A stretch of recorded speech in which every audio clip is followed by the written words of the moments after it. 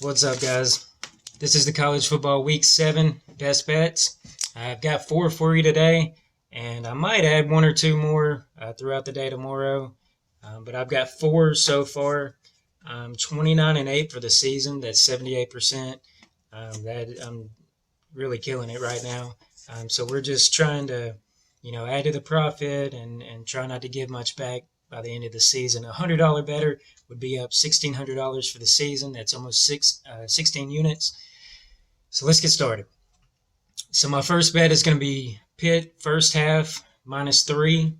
You can get that -110, or you can lay the 2.5 -130. That's a little extra juice, but at least you're on the right side of the key number of 3.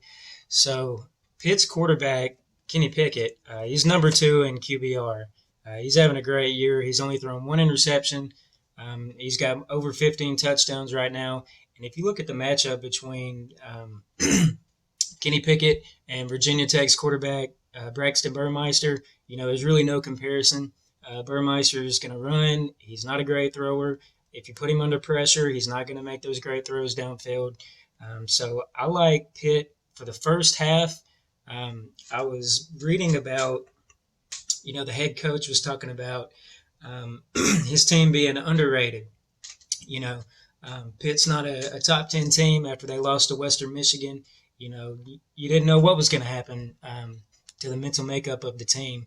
But they bounced back. Their offense is really good. On defense, they get sacks. They can pressure the quarterback. They're 8th in sacks on defense. Virginia Tech is 110th in yards per play. So right there, you've got an offense that's going to move the ball. They're going to throw the ball. They can run the ball. They've got 2 good running backs. And Virginia Tech kind of just has to dink and dunk down the field. There's not a lot of explosiveness, and especially when you can get sacks like Pitt can.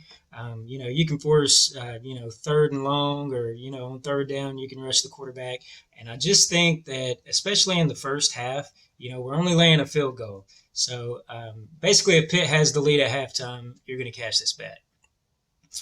Pitt is 8-2 against the spread in this series.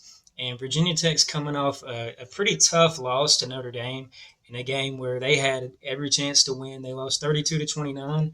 And I really don't like Virginia Tech having to come back now, even though it's at home. I just don't like them coming back off that loss against a hungry Pitt team. The head coach for Pitt, he was talking this week about, his team being underrated. They think that they should be top 10. They had the loss to Western Michigan. That was a bad loss, but they bounced back. So I think Pitt's got a little extra motivation here. So we'll take Pitt first half. The next play is going to be Florida, and we're going to lay 12. So originally I was going to do the first half, and the line just kept creeping up. It's at 7 now.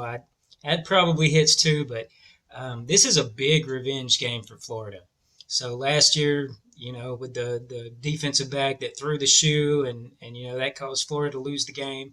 That really ruined their season. And Dan Mullen loves to run the score up when he can. So that's another good angle here. With LSU right now, I don't think they want to play for Ed Orgeron.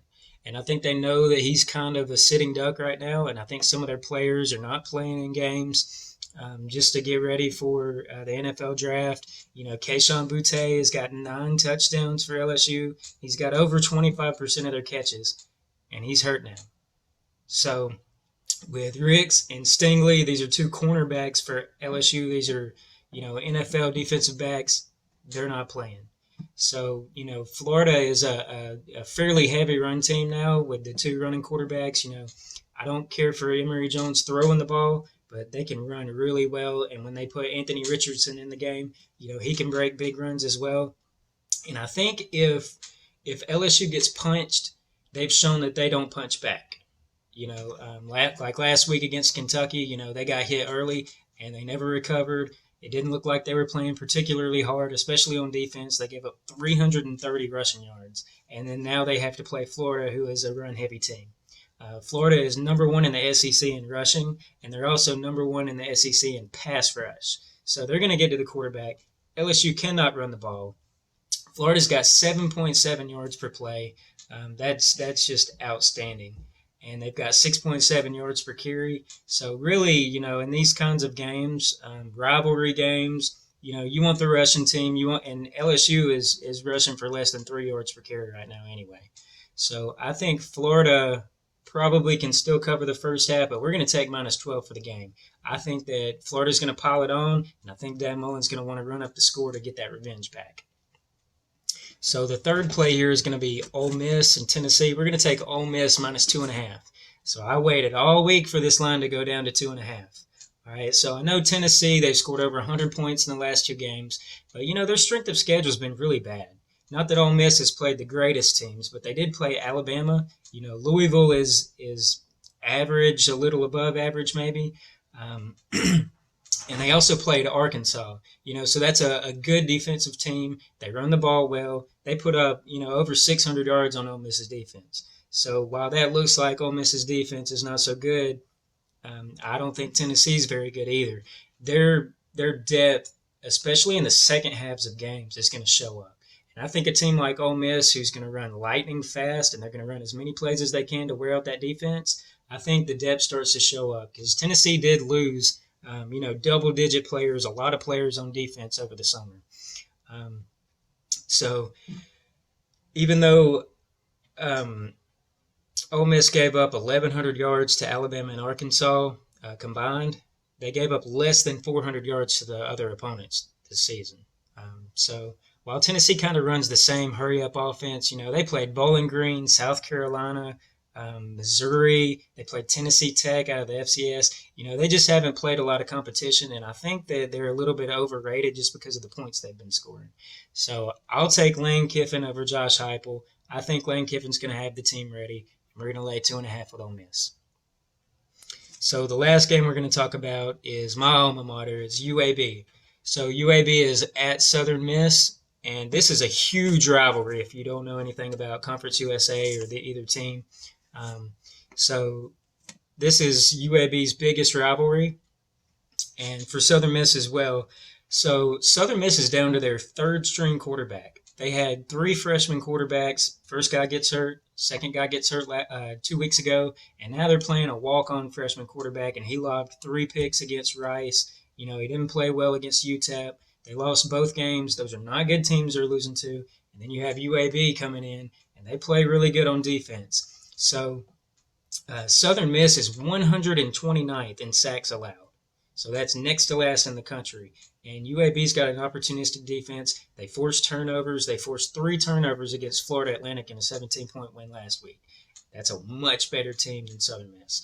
So Southern Miss plays good defense, but, UAB's kind of got like more of a slower paced, run the ball and pass off the run. And I don't care for UAB's quarterback. He's the second string guy. He's more of a runner than a thrower, but at the same time, they can extend the chains and wear that defense down, and I don't think Southern Miss is going to be able to put up a lot of points. They only get 2.5 yards per carry.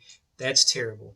And they turned the ball over 5 times in the last 2 games, while UAB has, the kind of defense where they're trying to get turnovers. They get turnovers every game, and if Southern Miss has got, -2, -3 in turnovers, there's just no way that they're going to be able to hang in this game.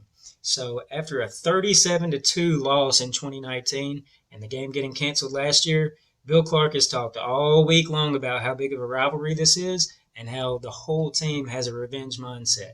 So I like the better team, even though it's on the road. We're laying 16 right now. You can still get a 16. And I want this is the second revenge game. So that's kind of the theme this week. So we're going to take UAB minus the 16. And that's going to be our last play. So there's a bonus game that I'm going to give, and that's Alabama. I think off of the loss last week, they dominated the yards, over 500 yards. They gave up less than 400 yards, and now they're playing a team that will not run the ball. Mike Leach will not run the ball at Mississippi State. They throw about 75-80% of the time, and in order to challenge a Nick Saban defense, you've seen this every time Alabama's lost under Nick Saban. You have to run the ball to set up the pass. Mississippi State refuses to do that. Those little dink and dunk passes, as long as you can tackle in space, you can get them into third downs, and you can just tee off on the offensive line. So I think Alabama can cover. It's 17 for the game, which that's a lot of points. But in this game, I think Mississippi State's going to have a problem. Even if they get across the 50, they're going to have a problem punching it in. They're going to have to go for it on fourth down. They're going to kick a lot of field goals. If it's fourth and long. So I think Alabama can cover the 10.5 at halftime, but I think the 17 for the game is probably about right. I think they come out to a big lead. Nick Saban's talked all week about how the team, how are they going to respond. A lot of young guys that have never lost a game, and now they finally lost, and they kind of get that bad taste in their mouth. I think they come out this week on fire. So another bonus play. I haven't bet it yet, but I intend on betting the 17. So we'll take Alabama minus 17.